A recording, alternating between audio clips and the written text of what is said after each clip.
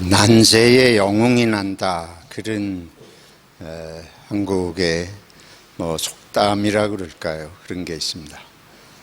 세상이 어지러운 시대에 그 시대를 구원하는 그런 인물이 등장한다. 또 모든 사람들이 그런 희망을 가지고 있죠. 성경도 그렇습니다. 성경의 말씀들을 보면 이스라엘 백성들의 고통을 들으시고 하나님께서 모세를 세우신 내용이라든지, 또 사사시대에 이스라엘 백성들을 외적이 침입해 올 때에, 그때는 이제 왕과 같은 그런 특별한 지도자가 없고 지파별로 연합해서 살던 시대인데, 그런 외적이 쳐들어오는 전쟁과 같은 큰 일이 생기면 하나님께서 사사를 직접 성령을 감동시키셔가지고 세우셔서 이스라엘 민족을 구원해내는 그런 걸 우리가 성경에서 많이 보게 됩니다.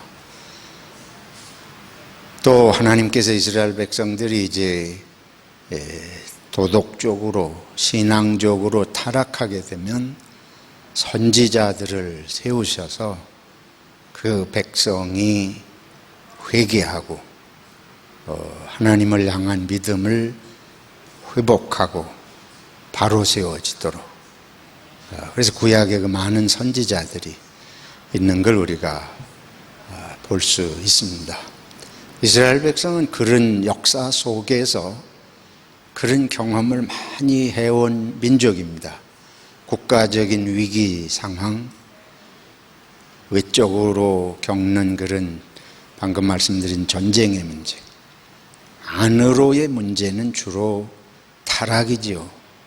신앙적인, 윤리적인 타락이 심해질 때 하나님께서 안으로 선지자들을 세우셔서 말씀하시는데, 이제 예수님 오실 때에 이스라엘 백성들이 밖으로는 로마 제국의 속국이잖아요.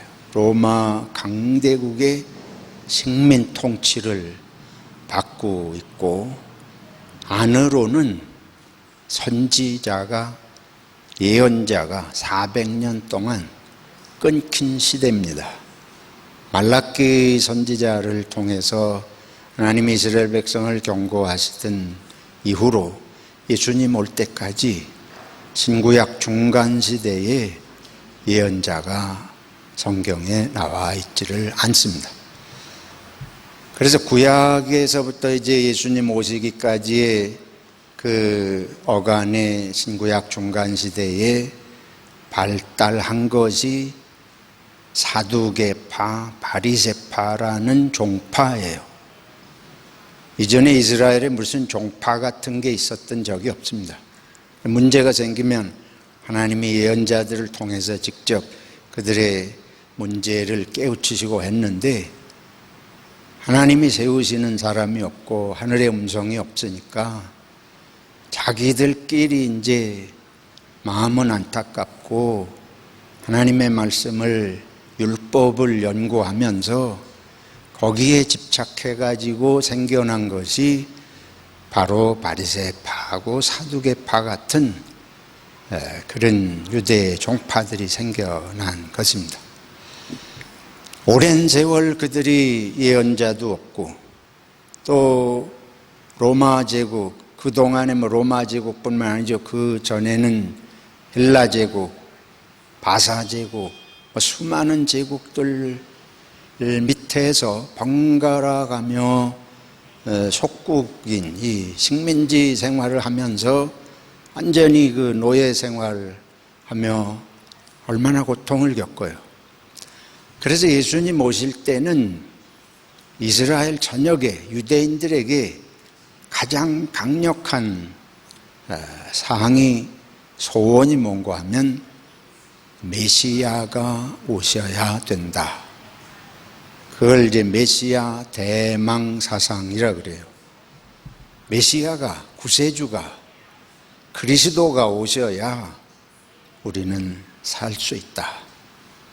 이제 메시아, 그리스도는 뭐 똑같은 말입니다. 메시아란 말은 히브리어로 이 기름 부음을 받은 자, 구원자를 말하는 거고, 그게 이제 헬라어로, 그리스어로 번역된 말이 이제 그리스도라는 말이에요. 그러니까 예수 그리스도, 예수 메시아 다 똑같은 말입니다. 아무튼 이스라엘 사람들은 메시아가, 그리스도가 오셔야 된다. 예수님께서 우리 마태복음 16장에 보면 예수님께서 그 가이사랴 빌립보에 가셔서 너희는 나를 누구라 하느냐, 사람들이 나를 누구라 하느냐, 선지자라고 그러고 뭐 이렇다 저렇다 합니다. 그럼 너희는 나를 누구라 하느냐. 그때 베드로가 대답이 주는 그리스도시요, 주는 메시아요, 그런 말이에요. 예수님이 메시아라, 기름 부음을 받은 자다. 구약에서 이 열왕기 상하에 엘리야가 나오고 또 그 전에 사무엘이 나오고 뭐 그런 사람들이 나올 때에 하나님께서 모슈아, 기름을 부어서 세우신다. 근데 그런 인물들을 세울 때 하는 말이 그게 구원자를 세우신다 하는 거예요. 방금 말씀드린 그런 여러 가지 내용입니다. 그러니까 예수님 오실 때 사람들은 전부 그런 이제 메시아를 기대하고 있었어요. 메시아가 와가지고 첫째로 할 일은 우리를 좀 제발 저 강대국의 손에서 건지시고, 강대국의 손에서 건지신다는 건 강대국이 망하고 우리는 흥하고 그런 생각을 하는 거죠. 근데 예수님에게 이제 그런 기대를 한 거라고 볼 수 있습니다. 예수님을 베드로가 그리스도라고 고백을 하고 사람들이 그렇게 쫓아다녔잖아요. 예수님께서 그 바디메오, 이 맹인 바디메오를 고쳐 주십니다. 근데 그 사람들이 그때 예수님을 따라다니면서 뭐라 그런가 하면 다윗의 자손 예수요. 그 다윗의 자손이라고 하는 표현은 메시아를 말하는 거예요. 메시아, 오실 메시아를 다른 말로 다윗의 자손. 왜냐하면 다윗 시대에 이스라엘이 하나님의 은혜 가운데 가장 강대국, 우리 한국으로 말하면 우리 한국의 역사에 뭐 광개토대왕, 장수왕 시절에 우리 한국의 고구려 땅이 저 만주까지 뭐 다 넓고 그랬다, 이런 식으로 얘기하듯이 이스라엘 땅이 가장 영토가 확장되었던 시기가 다윗 시대입니다. 평화의 시대고. 그래서 이제 그런 다윗의 자손 하면 이제 메시아를 기다리는 거죠. 그래서 로마 제국을 망하게 하는 메시아를 기다리고 있는 거예요. 언제 그날이 오나, 누가 그 메시아로 이 세상을 평화롭게 하나, 우리를 구원하나. 이제 오늘 이런 배경을 말씀드리는 것은 예수님께서 오늘 이 마가복음 13장에서 뭐 이 말씀하는 내용이 세상의 종말의 때를 말씀하시거든요. 그때 이스라엘 사람들이 기다리는 건 사실은 그런 게 아니에요. 로마 제국이 망하고 이스라엘이 해방되고 자유되는 그날, 그때 누가 와서 그날을, 그 주의 날, 해방의 날, 구원의 날을 우리 앞에 이루할 것인가. 예수님께서 그 이제 사람들이, 이스라엘 사람들이, 유대인들이 무슨 생각을 하는지 뭐 이건 복잡하게 연구해서 하는 게 아니고 다 이스라엘 전역이 그런 생각에 젖어 있는 상황인데, 이제 그 상황에서 이 말씀을 이해할 필요가 있습니다. 오늘 읽은 말씀의 24절에 보면 그때에 그 환난 후 해가 어두워지며 달이 빛을 내지 아니하며 별들이 하늘에서 떨어지며 하늘에는 권능들이 흔들리리라. 그러시면서 그때에 인자가 구름을 타고 큰 권능과 영광으로 오는 것을 사람들이 보리라. 그러니까 이스라엘 사람들이 기다리는 것은 로마가 망하고 이스라엘이 자유해지는 날, 누군가가 와서 그 일을 이루는 날. 근데 이제 예수님이 그런 생각만 하고 있는 유대인들에게 전혀 다른 말씀을 하세요. 그때에. 이 그때 그러면 이스라엘 사람들은 당장 해방의 날, 한국이 일본에 36년 동안 식민지로 지날 때에 언제 해방이 되나, 언제 그날이 오나. 그래서 그때 그러면 이스라엘 사람들, 유대인들은 당시에 귀가 쫑긋하고 눈이 휘둥그레지는 거예요. 그때. 근데 예수님께서 말씀하신 그때에 로마 병정들이 뭐 다 이렇게 낙엽같이 날아가고 뭐 이런 얘기를 하야 그때에 기대하는 건데, 여기 예수님은 그때에 그 환난 후 해가 어두워지며 달이 빛을 내지 아니하며, 이게 보통 일이 아니잖아요. 생각한 것보다 전혀 로마의 뭐 군사들이 망하고 이런 얘기하고는 좀 달라요. 별들이 하늘에서 떨어지며 하늘에 있는 권능들이 흔들리리라. 예수님이 무슨 엉뚱한 환상을 보시나 과장을 하시나. 그러면서 그때의 인자도 이스라엘 사람들이 기대하는 메시아는 인자가 아니, 인자라는 말은 사람의 아들이란 말입니다. 여기 사람인자 아들 자자에 Son of Man. 근데 예수님을 베드로가 고백할 때 주는 살아계신 하나님의 아들이시다. Son of God. 하나님의 아들이시다. 그런 고백을 하는데 여기는 예수님은 스스로를 Son of Man, 인자라고 사람의 아들이라고 그렇게 말씀하죠.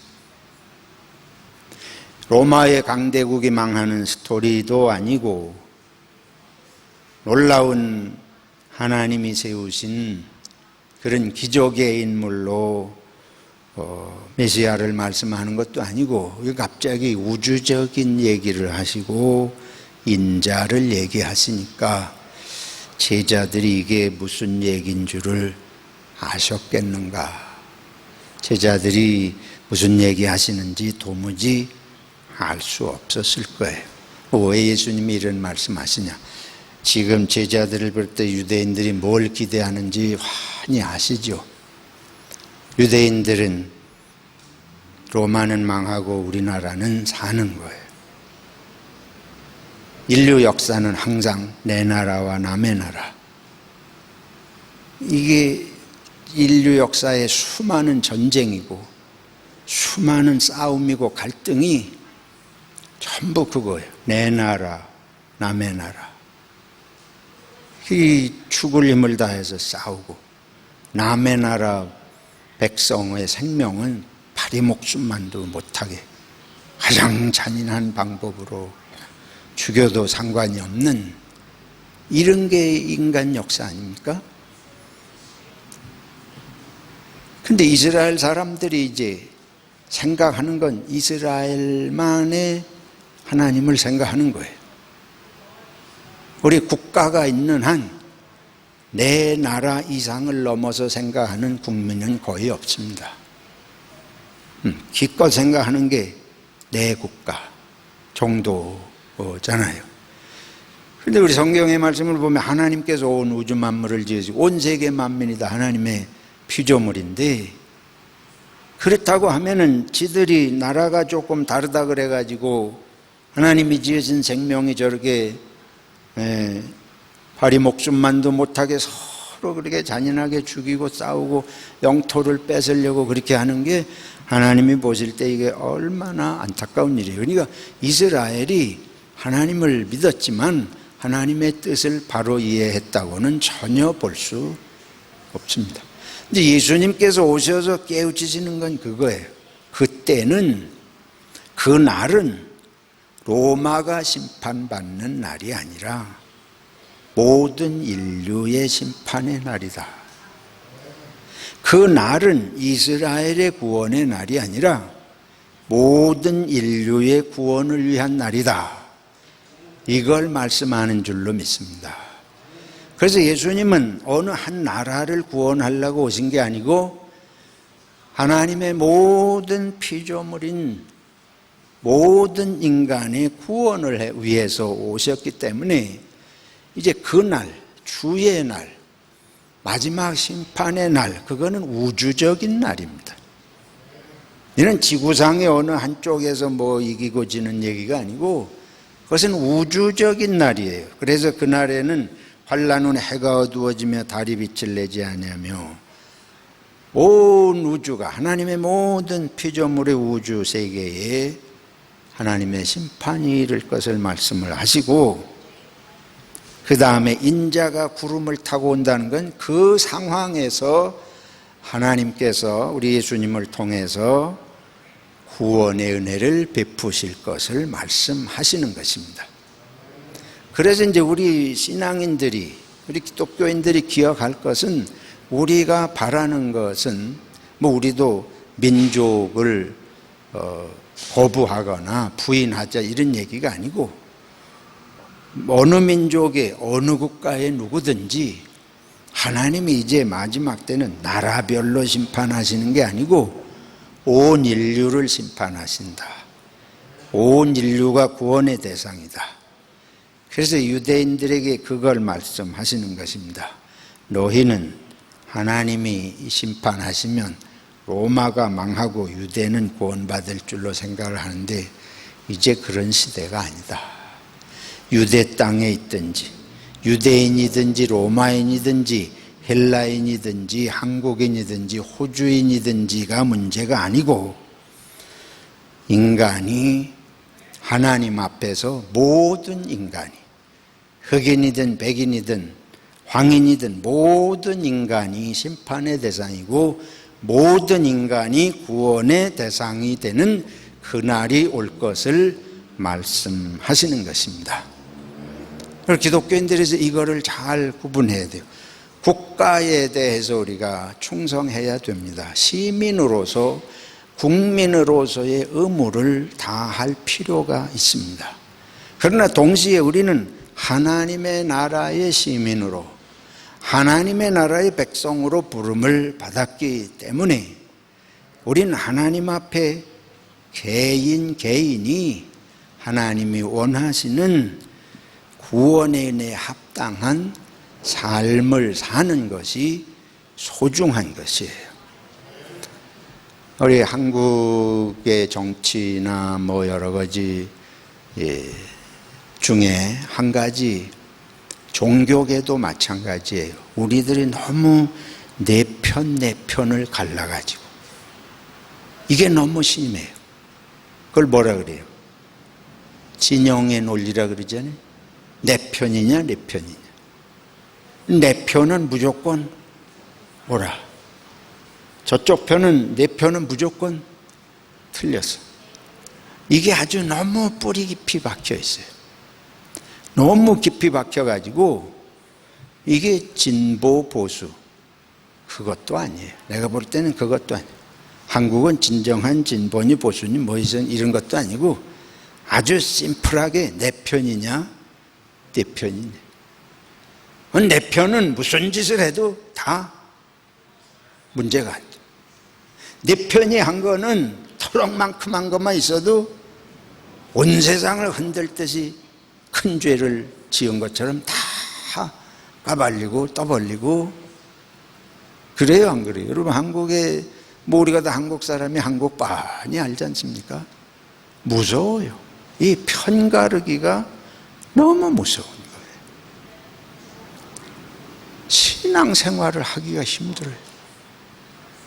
교회에서도 내 편 갈라가지고, 교회에서도 정치 얘기 나오면 그냥 쫙 갈라져. 이게 현실입니다. 그게 우리 모두의 피에 흐르고 있습니다. 근데 이게 이조시대 더 거슬러 올라가면 이게 고구려 백제신라로 쪼개져 가지고 수천 년을 내려오면서 싸우던 이 뿌리하고 거기다가 이제 이조시대의 당파 싸움을 하면서 권력을 못 잡으면 생명이 어느 날 어떻게 붙어날지 알 수 없는 그런 무자비하게 그게 옳고 그런 게 없잖아요. 권력을 준 사람의 세상이에요.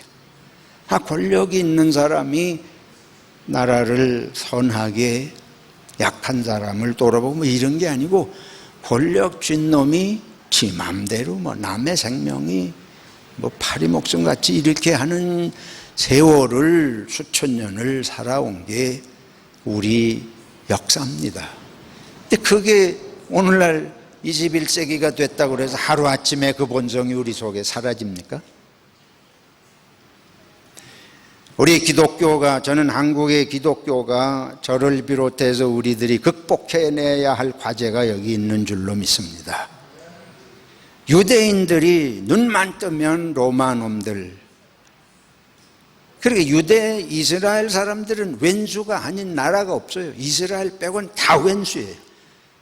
왜 그래? 제국이 자꾸 바뀌었잖아요. 바벨론, 아시리아, 베르시아 다 제국이 바뀌었는데 이스라엘 빼고 다 주변의 강대국들이 이제 애굽을 비롯해서 다 한 번씩 이스라엘을 지배했어. 역사를 거슬러 올라가면 이스라엘은 주변국들로부터 지배받지 않은 민족이 없는 거예요. 주변 제국들로부터. 그러니까 다 원수일 수밖에. 그리고 하나님은 우리나라만의 하나님이야지,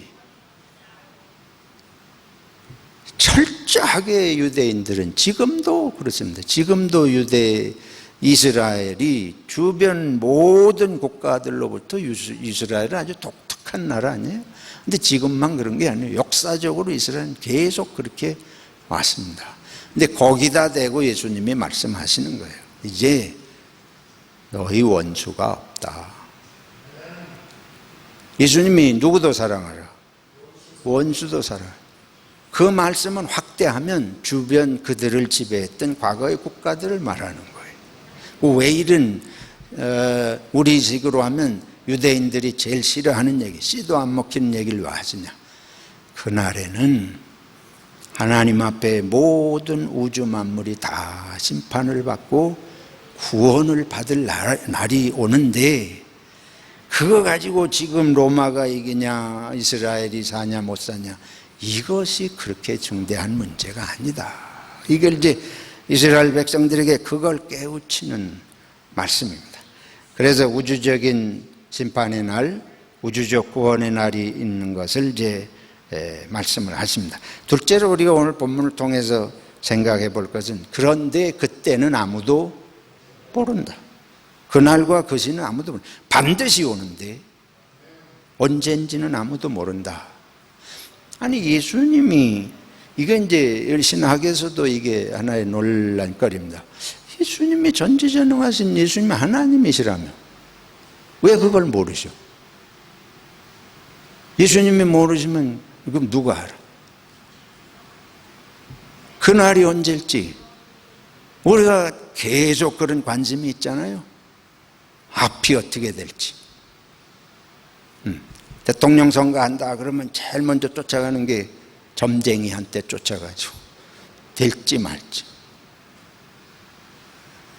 엊그제는 또 한국의 신문 보니까 윤석열이 운명이 어떻게 될지 점쟁이가 하는 얘기를 신문들이 실어놨더라고요. 그런 나라예요.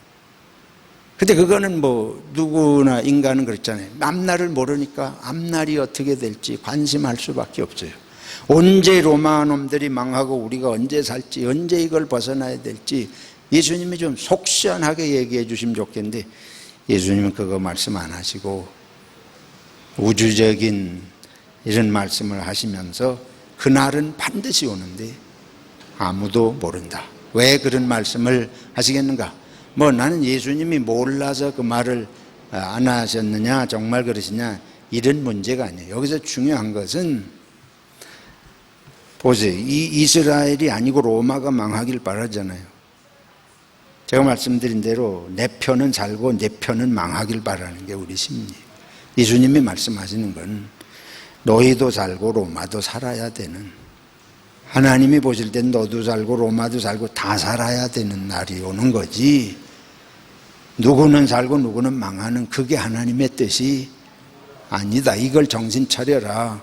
너희들이 로마는 다 망할 줄 알고 너희들은 다 살 줄 아는 착각에서 벗어날. 두 번째는 그날이 언제 오느냐 안 오느냐가 중요한 것이 아니다. 문제는 그날에, 그 날이 오면 모든 것이 심판이고 동시에 구원의 날인데 그 심판을 면하고 구원을 내가 받을는지가 중요하다. 그게 문제. 내가 그날이 왔는데 내가 준비 안 돼 있으면 무슨 소용이 있어요? 이스라엘 사람들이 착각을 하는 거예요. 주의 날이 오면 우리는 산다. 근데 예수님께서 참모를 끼얹으시는 거예요. 그날이 오면 누구는 무조건 망하고 누구는 무조건 사는 것이 아니고 그날에 내가 구원의 은혜를 받을 만한 삶을 사느냐, 지금 그 말씀을 하시는 거 아니에요? 그래서 그 날이 올 때의 결론입니다. 뭐 하고 있으라? 깨어 있으라. 그때 말씀이 이상해요. 그날이 오는 거하고 깨어 있는 거하고 무슨 상관이지? 심판의 날이 오는데 그러면 밤에 12시가 돼서 잠자고 있지 말라는 얘기냐? 눈을 동그랗게 뜨고 그런 얘기는 분명히 아닐 거 아니에요. 어떻게 사람이 잠 안 자고 그렇게 항상 불안해가지고 언제 그날이 오나 하고 어떻게 그렇게 살 수 있어요? 이 성경을 잘못 읽으면 불안해져요. 언제 오실는가 하고 조마조마. 그날을 알려주시지도 않고 분명히 온다 그러시고 이거 어떻게 해야 되나? 그 우리들에게 불안하게 살게 하시려고 하시는 것이냐? 여기 깨어있으라는 말씀의 의미를 우리가 알 필요가 있습니다. 그것은 잠도 안 자고 계속 있으라는 게 아니에요. 하나님께서 우리들에게 잠을 자게 하시고 쉬게 하시고 행복하게 살기를 원하시고 편하게 살기를 원하시는 하나님이신데 이게 좁아지면하고 불안해가지고 조급증이 나서 그렇게 광신자가 돼가지고 내가 기도하지 않다가 갑자기 그날이 오면 어떡하나, 이런 조급한 신앙을 얘기하시는 것이 아니라 오늘이나 내일이나 그날이나 하나님이 언제 오셔도 하나님의 은혜를 입을 수 있는 삶, 그건 뭐예요? 하나님의 말씀대로 평범하게 살아가면 되는 거예요. 아주 평범한 삶을 살면 됩니다. 그 평범한 삶이 뭐냐? 예수님 말씀하시는 대로 이웃을 사랑하고 하나님 의지하고 평안하게 행복하게 오늘 주님이 오셔도 주님을 기쁨으로 맞이할 수 있는 그 삶을 말씀하시는 줄로 믿습니다. 그래서 우리는 그러니까 그 날을 얘기를 해 주실 필요가 없는 거예요. 그 날 뭐 따로 할 필요가 없어요. 내가 지금처럼 이렇게 살아가는 동안 주님이 그날에 오셔서 심판하시든 저날에 오셔서 구원을 하시든 내가 주님의 말씀에 합당하게 살려고 믿음을 가지고 말씀을 읽고 사랑하고 기도하고 살면 문제될 것이 없잖아요. 그래서 이 오늘의 말씀은 가장 급박한 것처럼, 가장 경고하시는 것처럼, 정신 차리라고 하시는 것처럼 하시지만 역설적으로 이거는 가장 평범하게, 가장 편안하게 예수님 말씀대로 살면 편안합니다. 이웃을 사랑하고 살면, 그런 말 있잖아요. 도둑은 발을 못 뻗고 잔다고. 우리들이 하나님의 선하신 말씀대로 평범하게 사는 사람은 마음이 두려워할 것이 없어요. 불안해할 것이 없어요. 이 말씀은 그래서 로마가 망하기를 바라고 그날의 메시아를 기다리는 이스라엘 사람들에게 하나님의 우주적인 심판과 구원을 말씀하시고 그날이 언제 오느냐 마느냐를 생각하지 말고 오늘이 그날을 맞은 것처럼 내일이 그날인 것처럼 근데 오늘의 삶을 말씀에 어그러지게 살지 말고 오늘 말씀대로 살아라. 그래서 우리 그리스도인들은 다가올 미래를 대비하라. 이 성경을 너무 문자적으로 읽는 거예요. 밤에 등불을 준비해라. 이런 구절들을 너무 그거를 이 문자적으로 읽어가지고 정말 정신 차리고 잠도 안 자고 그러란 얘기가 아니고 평안하게 그러나 말씀대로 끝으로 한 말씀 그렇게 살려면 이 세대를 본받지 말아야 합니다. 정치가들이 하는 거, 돈 벌려고 하는 사람들이 하는 거 보면 이렇게 멀리서 좀 보고 저렇게 살면 안 된다. 이 세상의 정치가와 경제가들이 표본이에요. 무슨 표본이냐? 자기 욕심을 위해서 사는 표본은 그 사람들 보면 압니다. 우리 기독교인들이 그거 휩쓸려 가지고 나는 야당이다 여당이다 할 필요가 없는 거예요. 그 사람들이 다 정치 잘하고 옳은 소리 해야 되지만 그 사람들이 하는 것 속에 진리가 있지 않습니다. 우리는 예수님을 따라가는 당파가 되어야 할 줄로 믿습니다. 그래서 교회는 의연해야 돼요. 야당이든 여당이든 다 교회의 기도 대상입니다. 우리들이 교회 안에서 정치적인 얘기를 할 수 있어요. 또 해야 돼. 그런데 그게 어느 한쪽에 치우쳐서도 안 되는 거예요. 잘못되고 잘된 정책에 대해서 내 생각이 있으니까 이야기하지만 서로 토론하고 듣고 들어야지 하다가 자꾸 싸우니까 문제라. 이렇게 우리 이해하고 들으세요. 목사님들도 이렇게 보면 얘기하다가 정치 얘기 나오잖아요. 그러면 아예 입을 딱 닫는 사람들이 있어요. 왜? 이거 하면은 싸움 나거든. 그리고 금방 저 사람이 진보다 저 사람이 보수다 한마디만 들어보면 알잖아요. 근데 그렇게 판정을 하는 거예요. 그렇게 판정해가지고 그 다음에 선을 긋고 얘기를 안 하려고 그래요. 이건 기독교인이 아니에요. 그거는 정치하는 사람들은 그렇게 내 편이 아니면 내가 말씀드렸잖아요. 내 편을 갈라가지고 딱 긋고 원수로 삽니다. 기독교는 말씀에 비추어서 이 정책이 옳은지 저 정책이 옳은지 자기 나름의 의견을 얘기할 수 있어야 되지 않습니까? 그렇잖아요. 기독교인도 시민인데 시민으로서 당연히 국민으로서 국가 정책에 대해서 비판하고 얘기할 수 있어야 되지 않습니까? 근데 문제는 그걸 가지고 싸우고 왼수로 삼아서는 안 된다 그 말이에요. 저 사람은 저렇게 생각할 수 있고 나는 나대로 생각할 수 있고 또 다른 사람의 의견을 듣고서 내가 또 한쪽으로 치우친 건 아닌가 반성도 해보고 이러자는 거지. 그래서 대화를 하자는 거지. 편을 딱 갈라놓고서는 그 다음에는 나야 상종 안 하면 이건 기독교인이 아니라 그거는 정당의 정치에 휩쓸려서 이 세대에 빠져드는 거예요.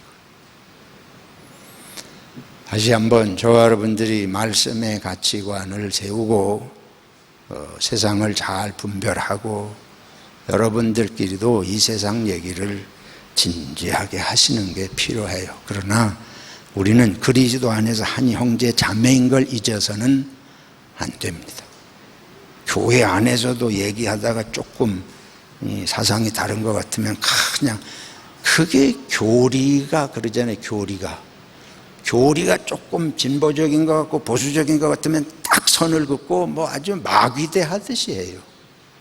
이 한국 교회가 교회적인 게 아니고 세상을 본받아, 이 세상을 본받아.